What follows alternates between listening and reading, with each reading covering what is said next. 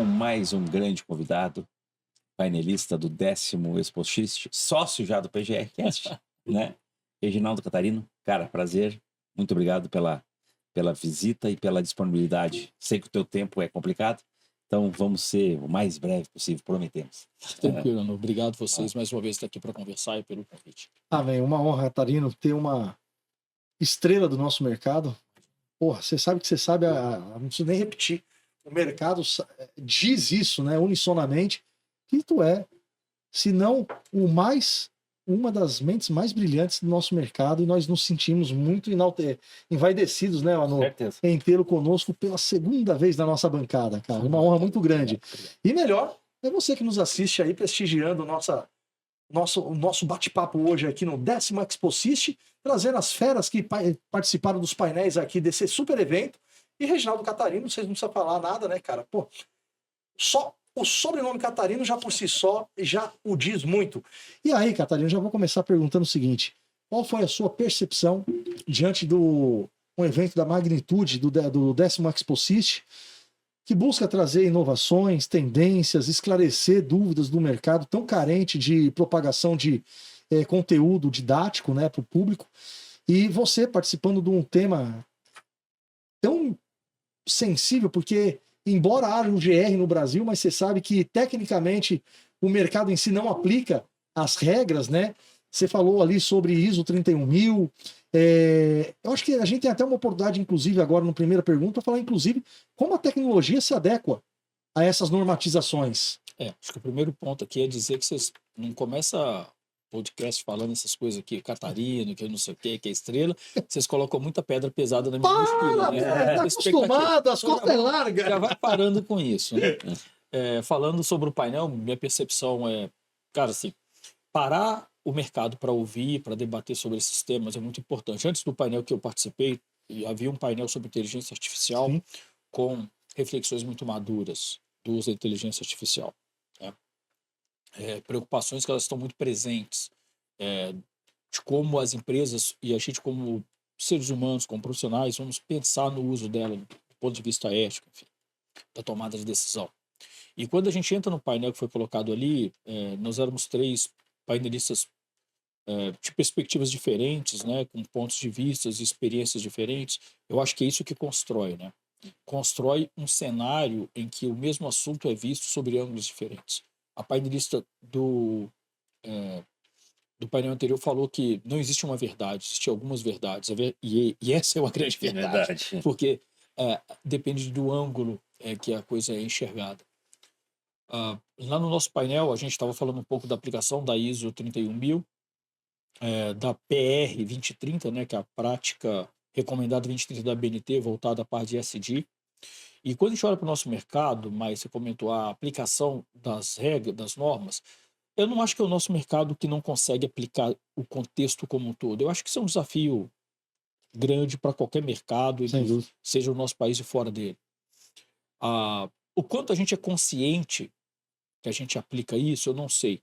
Acho que a oportunidade que fica assim, a gente puxa um pouco, né, para aquilo que mais nos afeta, ou a gente está acostumado a tratar, que é a questão do roubo de carga, que é uma interferência dentro das operações logísticas das cadeias de suprimentos. Mas como foi falado do nosso painel, o México, por exemplo, tem a questão do terremoto, como o Chile tem também. Sim. O Chile tem, se eu não me engano, 54, 52 vulcões e 29 deles ativos. Imagina. Então está aqui do nosso lado, né? Então um local que todo o protocolo de gestão de risco, pensando em transporte e armazenagem, tem que se preocupar desde a fase de construção, de altura que coloca alguma coisa dentro de um armazém, porque eles têm o tremor de terra presente na vida deles. A gente tem os nossos desafios quando a gente fala no Brasil de questões climáticas. Se eu não me engano, posso estar enganado, mas o Brasil é o país que mais é afetado por chuvas de raios. Sim. Então, isso é uma condição diferente. E eu fico me perguntando, quando a gente faz um mapeamento de riscos, né, a gente está olhando para isso? Ou a gente está olhando por roubo de carga? A gente está olhando para a questão de forma específica. Será que a gente não teria oportunidade de abrir tudo isso?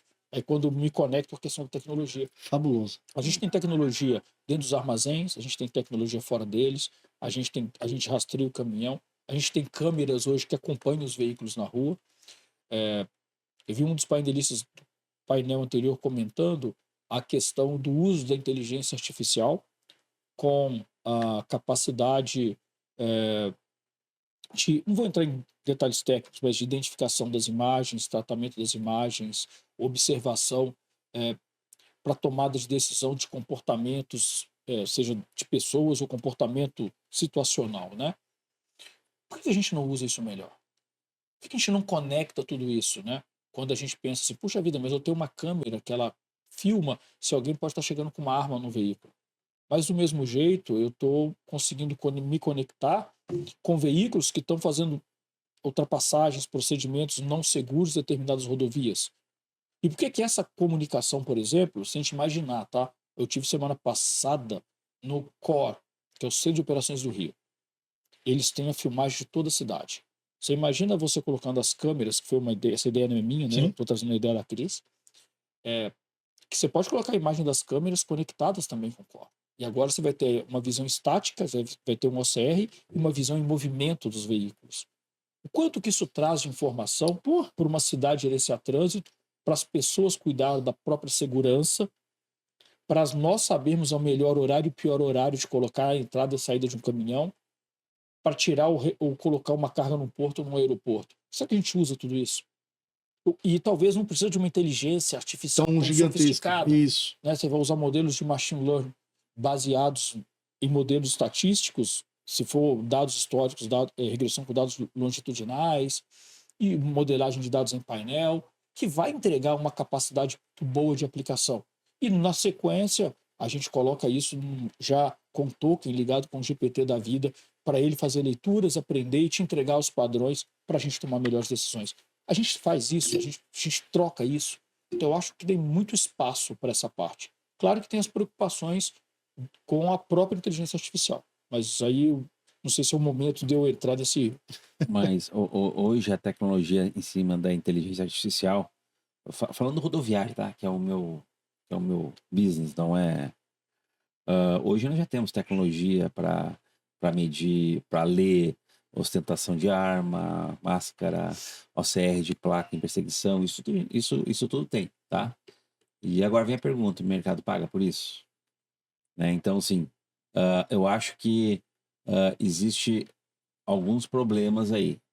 O mercado absorver esse tipo de tecnologia, entender a tecnologia, absorver e botar isso nos seus budgets. Então, acho que essa é a grande... Porque hoje a tecnologia já tem para isso, tá? A grande barreira é essa. Hoje não são tecnologias baratas, né?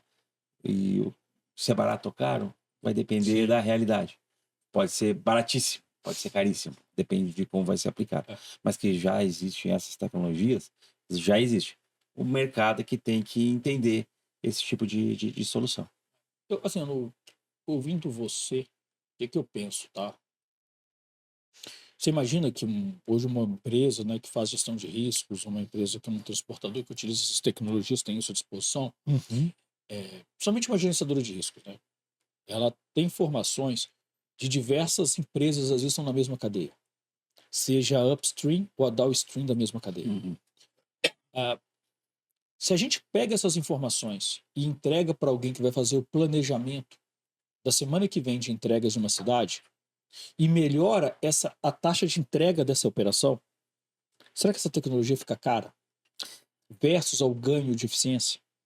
Agora, quando a gente olha por uma cobrança somente em cima de uma possível perda de uma caixa ou de um baú cheio de carga, talvez esse custo fique impactante. Sim. Mas se a gente olha isso pelo lado de como que eu posso ajudar a reduzir, por exemplo, você pensa numa operação de e-commerce. O grande problema do e-commerce é o custo da não entrega.